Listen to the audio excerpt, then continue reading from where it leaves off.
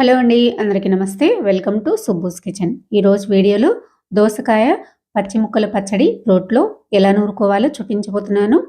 ఇలా గనక రోట్లో నూరుకున్న పచ్చడి అయితే సూపర్ టేస్టీగా ఉంటుందండి. తప్పకుండా మీరు కూడా ట్రై చేయండి.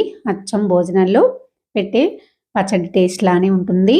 తప్పకుండా మీరు కూడా ఇంట్లో ఇలా ట్రై చేయండి. వేడివేడి అన్నంలోకి నెయ్యి వేసుకొని తిన్నామంటే చాలా బాగుంటుంది. ఎలా చేసుకోవాలో చూద్దాము. ముందుగా అయితే పచ్చడి కోసము ఒక 12-15 వరకు పచ్చిమిర్చిని తీసుకున్నాను. ఒక దోసకాయ, అలానే గ్రేవీ కోసము ఒక వంకాయని కూడా తీసుకున్నాను. వీటిని శుభ్రంగా కడిగేసి పెట్టేసుకున్నాను. ఇప్పుడు దోసకాయని అయితే ఇలా చిన్న చిన్న ముక్కలుగా కట్ చేసి పెట్టుకోండి. పచ్చి దోసకాయ అయితే చాలా బాగుంటుంది.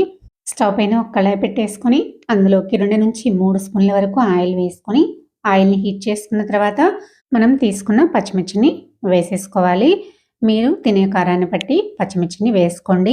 ఇలా వేసుకొని 1 నిమిషం పాటు ఫ్రై చేసుకున్న తర్వాత ఇందులోకి వంకాయని ఇలా చిన్న చిన్న రౌండ్లుగా కట్ చేసుకొని వేసుకోండి. ఇలా వేసుకోవడం వల్ల మనకి వంకాయ ముక్కలు తొందరగా మగ్గిపోతాయి. ఇలా మూత పెట్టేసి 2-3 నిమిషాల పాటు మగ్గించుకుంటే సరిపోతుంది. 3 నిమిషాల తర్వాత మనకి పచ్చిమిర్చి వంకాయ ముక్కలు మగ్గిపోయినాయి. ఇప్పుడు ఇందులోకి 1 టేబుల్ స్పూను పల్లీలు, అలానే 1/2 టీ స్పూన్ వరకు పసుపు వేసుకొని మరొకసారి బాగా కలిపేసేసుకొని మూత పెట్టేసి మరో 2 నిమిషాల పాటు మగ్గించుకుంటే సరిపోతుంది. 2 నిమిషాల తర్వాత పల్లీలు కూడా మనకి మగ్గిపోయినాయండి. ఇప్పుడు స్టవ్ ఆఫ్ చేసుకొని ఇందులోకి తగినంత చింతపండును వేసుకోండి. ఇలా వేడిగా ఉన్నప్పుడే చింతపండు వేసుకోవడం వల్ల చింతపండు బాగా మెత్తబడి నూరుకోవడానికి మనకి వీలుగా ఉంటుందన్నమాట. ఇలా ఒకసారి బాగా కలిపేసుకొని చల్లారనివ్వండి. ఇప్పుడు శుభ్రంగా కడిగేసుకున్న రోట్లోకి మనం ఫ్రై చేసి పెట్టుకున్న పచ్చిమిర్చి, పల్లీలు, వంకాయ ముక్కలు, అలానే చింతపండు వేసేసుకొని ఇందులోకి తగినంత ఉప్పు వేసుకోండి. 1 స్పూన్ కల్లుప్పు వేసుకున్నాను. ఇలా పచ్చిమిర్చితో పాటు కల్లుప్పు వేసుకొని దంచుకున్నామంటే మనకి తొందరగా మెరిగిపోతాయి.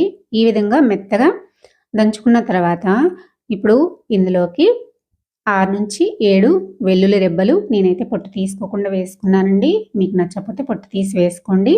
1/2 టీ స్పూన్ జీలకర్ర, ఒక రెబ్బ కరివేపాకు, అలానే కొంచెం కొత్తిమీర వేసేసుకొని ఇలా కచ్చాపచ్చాగా దంచుకున్న తర్వాత మనం కట్ చేసి పెట్టుకున్న దోసకాయ ముక్కల్ని ఇలా వేసేసుకోవాలి. దోసకాయ ముక్కలు వేసేసుకున్న తర్వాత అడుగు నుంచి బాగా కలిపేసుకోవాలండి. ఇలా కలుపుకోకుండా దంచుకున్నామంటే దోసకాయ ముక్కల్లో నీరు వచ్చేసి పచ్చడి లూజ్గా వచ్చేస్తుంది అనమాట.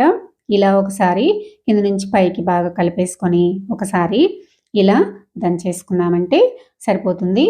మనము రోట్లో ఏ పచ్చడి నూరుకున్నా ఇలా కచ్చాపచ్చాగా దంచుకున్నామంటే టేస్ట్ చాలా బాగుంటుందండి. ఈ పచ్చడిని మిక్సీలో వేసుకున్నా కూడా బాగుంటుంది. ఇలా నూరుకున్నాక ఒకసారి ఉప్పు సరిపోయిందో లేదో చెక్ చేసుకొని చాలకపోతే కనుక కొంచెం యాడ్ చేసుకొని దంచుకోండి. నేనైతే ఒక 1/4 టీ స్పూన్ వరకు సాల్ట్ వేసుకొని మళ్ళీ దంచుకున్నానండి. ఇలా దంచుకున్న పచ్చడిని ఒకసారి ఇలా చేతితోటి బాగా కలిపేసుకొని ఈ పచ్చడిని ఒక ప్లేట్లో కానీ గిన్నెలో కానీ తీసి పెట్టేసుకోండి. ఈ విధంగా పెట్టుకున్న పచ్చడిని పోపు వేసుకున్నామంటే మనకి చట్నీ రెడీ అయిపోతుందన్నమాట. స్టవ్ పైన ఒక కళాయి పెట్టేసుకొని అందులోకి 3-4 స్పూన్ల వరకు ఆయిల్ వేసుకోండి.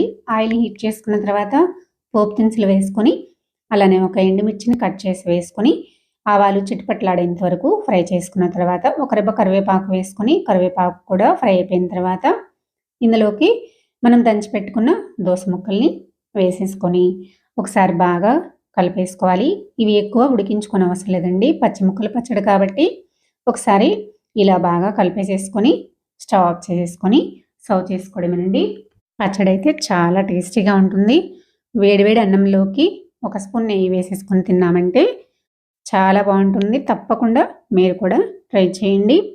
మీరు ట్రై చేసి ఎలా వచ్చిందో కామెంట్ చేయండి. నా వీడియో కనుక మీకు నచ్చినట్లయితే లైక్ చేయండి, సబ్స్క్రైబ్ చేయండి, షేర్ చేయండి. మరో మంచి వీడియోతో మళ్ళీ కలుద్దాం. Thanks for watching.